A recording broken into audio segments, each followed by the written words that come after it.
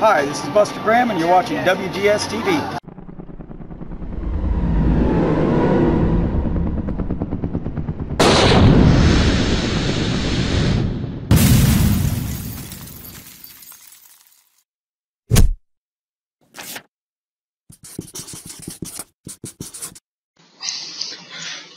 Hello everyone, welcome to another installment of WGS-TV right here on YouTube.com/WrestleGamer and ZFXTV. I'm the WrestleGamer, Billy Boudreaux. This is going to be the Impact Wrestling review for the week of May 15th, 2014. Let me introduce the panel for this week's Impact Wrestling review. First off, the Studling Man, Ashley, is here. Ashley, how you doing? I feel like I'm stuck in a lift.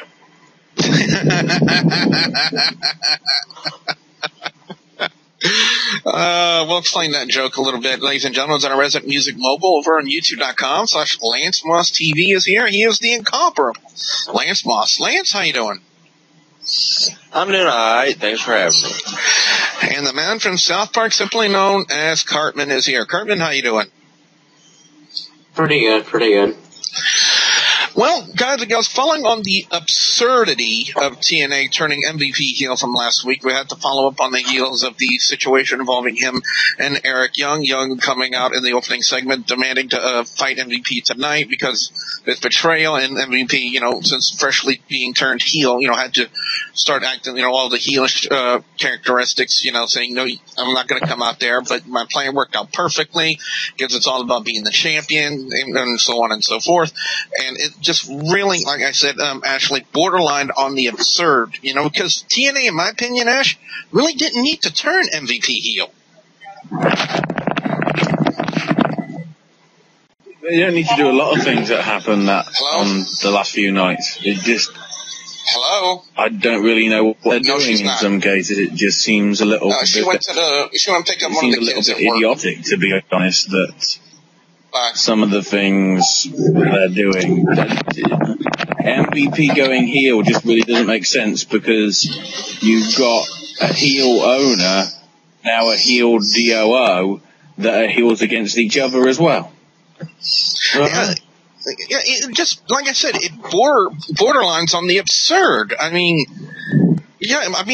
Who's the bigger heel right now? It's got to be Dixie Carter. Yeah, but can I say one thing? Go ahead. I was gonna say with the with what they've done with the heel thing, the way I'm gonna say it is, it's like the way they seemed like they were setting up middle of last week's show before they turned MVP. The way it seemed like, it seems weird to say, but it seemed like they were gonna start setting up a feud between MVP and freaking Bobby Roode, and then all of a sudden they did that. It's just like, it doesn't make sense. Because that company has so many good heels. At this point in time, that company has a lot of good heel talent. There was no need to turn MVP at all. Opening match was a handicap match. Willow challenging both Bram and Magnus, getting my first opportunity to really see Bram in the ring. I was a little bit impressed, but I somewhat questioned, where they're going with this, because at one point in the match, Bram wanted Magnus to use a crowbar. Magnus kicks the crowbar out of the ring, saying, no, I don't want to use that. I'm going to get disqualified. Then Willow catches him in a small package pin. Willow gets the win, and, we're just left wondering, what's going on between Bram and Magnus. Lance, what's your take on it? Well, one of two things are going to happen. Either they're going to turn Magnus face, or they're going to transform Magnus into just rule-breaking, to hell with the rules guy. Or he'll just beat the shit out of somebody he might get Barbie or something. You know what it kind of reminds me of, Ashley? Remember when Finlay returned to the WWE the first time? My name is Finlay and I love to fight. And he was bringing that gimmick where he just wanted to fight. Yeah. That's the feeling I get out of Bram. Yeah, but the problem is Magnus is a good heel. If this is the move to basically turn him face for no reason, it's just going to be, I think, a complete useless thing, because he was a credible heel, because the thing that really hurt it was the whole paper champion thing, because in essence, he was a paper champion. He was doing everything right. And they just decided to completely sort of mistreat his character. So if they do turn him, face down the line, it's not going to make any sense, in my opinion. And again, you've got another bit from TNA where they've completely booked it wrong.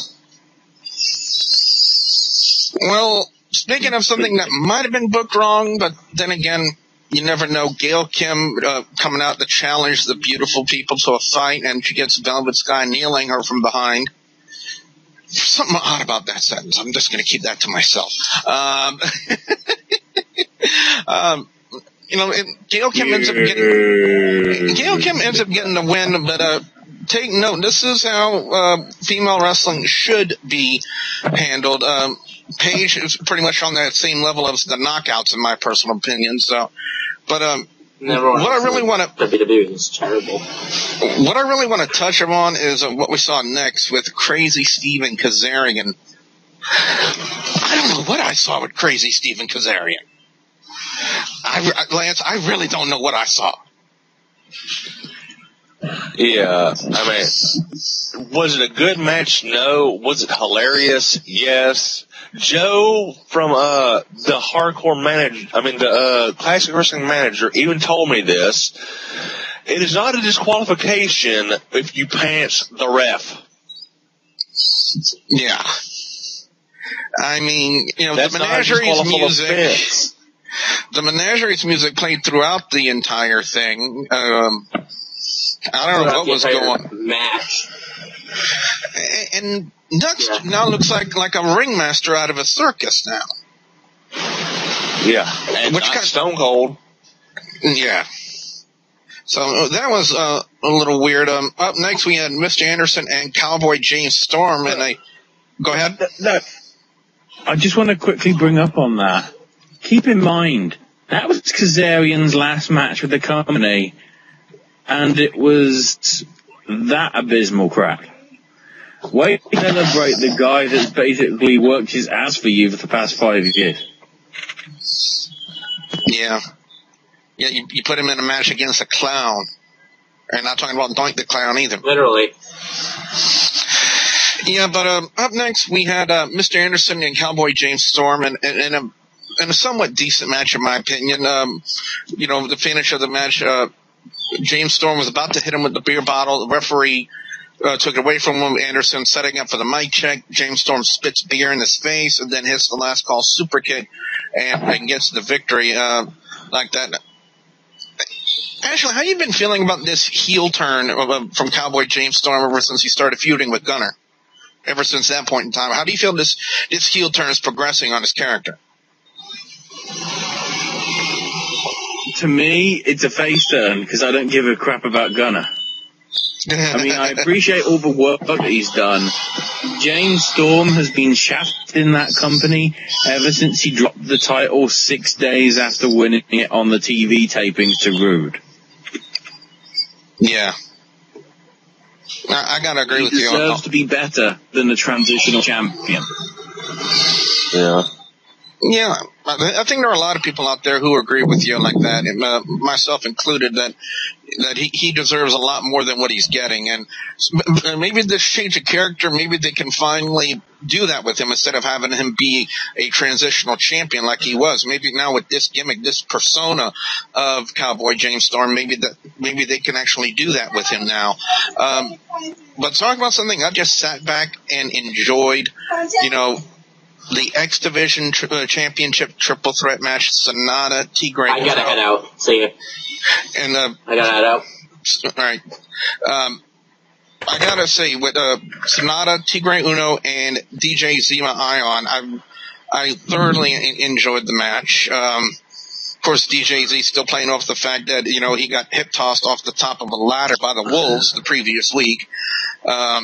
But other than that, everything looked really solid. Tigre Uno and Sonata, always look great. Zima Ion is okay at best. Sonata snapping off a beautiful Tiger Suplex for the victory to retain his title. And I gotta say, Lance, I see bright things in the future for Sonata in professional wrestling, especially here in the Americas. Yeah, at first I thought you were going to say DJ Zima, Ion. Then I was going to tell you to get a mental exam. But, yeah, I see the American needs more Japanese-style wrestlers. Yeah. Definitely. I hate to be the bringer of bad news. I don't know if it's going to be WWE. Wait, hold on, TNA. Hold on. Yes, Ash? He isn't booked for the UK tour. He isn't? Because he's going back next year. So if he's going to make an impact, no pun intended, in the Americas, he's got to do it within the next 6 months, realistically. Yeah. Definitely. We saw two sets of a series of videos throughout the night on Impact. One of them was Bully Ray invading the house of Dixie Carter, and he threatening to put her through a table. He got to Spud, and he was about to do it to Dixie Carter when EC3 came up from behind and whacked Bully Ray. And well, that's that for that one. And then the other one, I really don't get. They show the angle where Samuel Shaw gets committed. And from that committed match, and he's in a straitjacket. Someone's telling Shaw that someone's here to see him. He thinks it's Christy Hemme, and it's Gunner.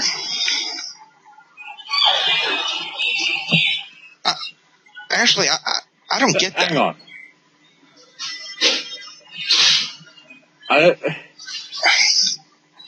So the guy that's the face is going to a heel. This is proof that apparently everybody wants to be a heel in this company, because apparently now that guarantees you a title match with Eric Young. Yep, and as it was shown throughout the night, apparently the security for MVP had to go handle Austin Aries, and while that was happening, Eric Young got to MVP and then set up, then MVP injured the arm of Eric Young, which then set up MVP putting himself in a match that very evening in the main event for the TNA World Heavyweight Championship, where everything went absolutely nutty. And let me explain why. I mean, probably decent match in a sense, but then what really didn't make any sense at first was Kenny King coming out, causing MVP to get disqualified. And, if they really would have played up the angle that Kenny King still had a problem with MVP, that would make sense, because then King would be coming out to cost MVP the title and, continue to feud from there. But it didn't pan out that direction. It went to the direction where there was a 2-on-1 assault on Eric Young. And then to add something to really make everything weird, Bobby Lashley comes out. We're all thinking Lashley's going to save him.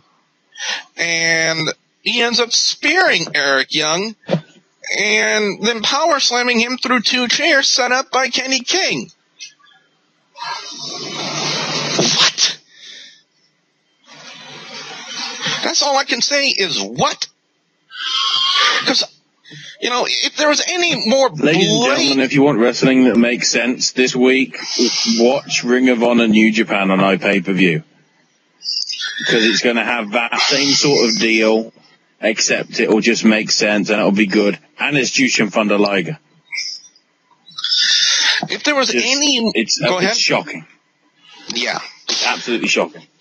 Here's what a lot of people have been saying on Facebook is, the main thing I keep seeing is, if there was any more evidence of TNA blatantly copying and ripping off what WWE is doing, think about it. Now, we now have the evolution of TNA with MVP portraying Triple H, Kenny King portraying Randy Orton, and Bobby Lashley in the role of the Animal Batista. I mean, seriously, did we have to have this? Together. They won 3.1 world titles together. Yeah, that's pretty much it. But really, now another faction in TNA. I mean, Aces and Eights was bland at best.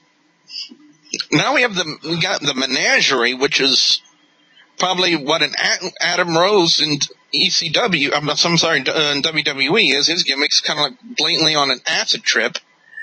And now we have another faction consisting of MVP, Kenny King, and Bobby Lashley.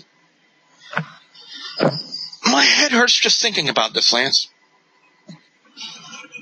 Well, I kind of see they're stealing groups from the Attitude Era. The Menagerie, Oddities. I hate to go racial, but this whole, quote, as y'all are saying, the new evolution, nation. Well, add somebody else, you have the Nation of Domination. But if they don't, then it's the evolution. It's more the authority. It's more like Teddy Long's group. Oh, yeah, more with like him, Teddy Long's group. The players? Yeah, with Mark Henry, Rodney Mack, and wasn't D'Lo Brown with them one time? I don't remember that. Jazz was sort of part of it as well, because Teddy Long obviously was in. But anyway, on that note, guys, it's time to go to overall scores and our picks for best and worst match or segment of Impact Wrestling this week. Now, like I said on the onset of this review, following the absurdity of turning MVP heel, we had to have a little bit of a follow-up with what they were doing with Eric Young, and they definitely did that. The formation of this new faction in MVP, in TNA, with MVP, Kenny King, and Bobby Lashley, being compared heavily to Evolution in WWE. It's just really, that's all I can say about that. I thoroughly enjoyed the X Division match, which was going to get best match of the night for me. Worst segment, or worst match, Crazy Steve and Kazarian. One, for a couple of reasons. One, you would figure with Kazarian's last match and everything that he has done in TNA, they would have given him a much, much better match and a much better opponent to go out on in TNA than what they gave him. And they gave him a clown who splashed, a set of balloons off the top rope and pants the referee. I don't know. I don't agree with that. So my overall score on Impact Wrestling, 2.75 out of 5. Let's go to Ashley and get his overall score and his picks for best and worst match or segment of Impact Wrestling this week. Ash? This just has to get a flat 2. We're even verging on 1. It's not even sort of the fact that, quote unquote, it's copying WWE. It's just the fact that the way they're doing it really isn't entertaining.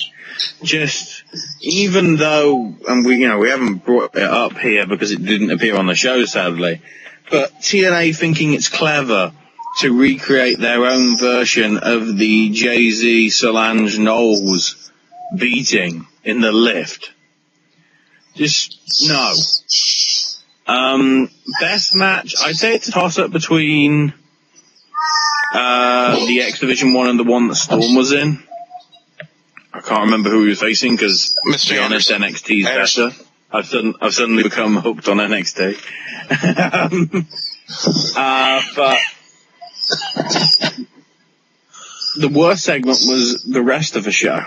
It doesn't make sense. I'm kind of not surprised, or kind of am surprised that somebody isn't going, oh, well, look, Daniel Bryan got injured and had surgery this week and is going to be coming back, just like Kurt Angle. WWE is copying TNA. Oh. And finally, guys and gals, let's go to Lance and get his overall score and his picks for best and worst match or segment of Impact Wrestling. Lance? Well, I got to steal a line from the Gladiator. Were you not entertained? No, I wasn't. It might have been that if I'm got a little bit of a cold thing, but they didn't capture my attention very much. I mean, overall, I give it, like Ash said, a 2. Best match, I gotta go Storm and Anderson. One thing, Storm's super kick, that was one of the weakest super kicks I've seen him do. Yeah. Worst match, well, Crazy Steve versus Kazarian. Funny, yes. But where in the rule books does it say you cannot pants the referee? Somebody show me that. I'll have to add with that Crazy Steve is a good wrestler. It's just a shame that he's been stuck in the gimmick that he is. All right, well then, with that being said, ladies and gentlemen, what we want to know now from you guys out there, the viewers and subscribers, your thoughts on Impact Wrestling this week. What are your overall scores? What are your picks for best and worst match or segment of Impact Wrestling this week? We definitely want to hear from you guys out there. Be sure you put your comments in the comment section below. Don't forget to like and favorite this video. And as we see here, Lance, what could fans expect to see when they come visit your channel over on youtube.com/LanceMossTV? Album reviews, NASCAR discussion videos, redneck gourmet cooking videos, and one of those pops in my head. Fans, don't forget to like the Facebook page, facebook.com/WGS-TV, and don't forget to please subscribe to youtube.com/WrestleGamer and youtube.com/ZFXTV Network if you haven't already. So for the Studly Man, Ashley, the man from South Park, simply known as Cartman, and Lance from Lance Moss TV, ladies and gentlemen, I'm the WrestleGamer, Double B Bunny Boudreaux, saying thank you very much for watching. I can't think of anything funny to say at the end of this video. Suicide is a better option. No, Manic.